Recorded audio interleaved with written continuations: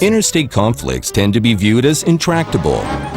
But what if we told you that the biggest problem in every conflict is our belief that it is impossible to change the character of the groups involved?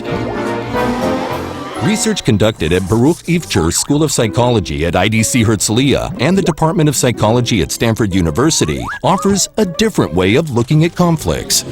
Earlier studies led by Stanford professor Carol Dweck found that people who believe that our actions and attitudes do not change see other people in a more stereotypic way and prefer to punish rather than negotiate. On the other hand, people who believe that action patterns are dynamic and changing and that actions and attitudes stem from circumstances tend to seek a path of dialogue. That is, if you don't believe the other side will ever change, why compromise, even if it might be in your own interest? This applies both to interstate conflicts and interpersonal conflicts. The researchers at IDC Herzliya and Stanford studied the Israeli-Palestinian conflict in a series of experiments.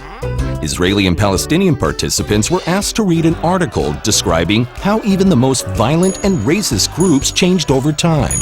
There was no reference to the Israeli-Palestinian conflict or the Mideast. Later, the researchers measured the change in the participants' attitude towards compromise. The participants who learned that groups can change dramatically changed their own willingness to compromise. They came to believe that compromise could change the behavior of the other group and thus promote their own objectives.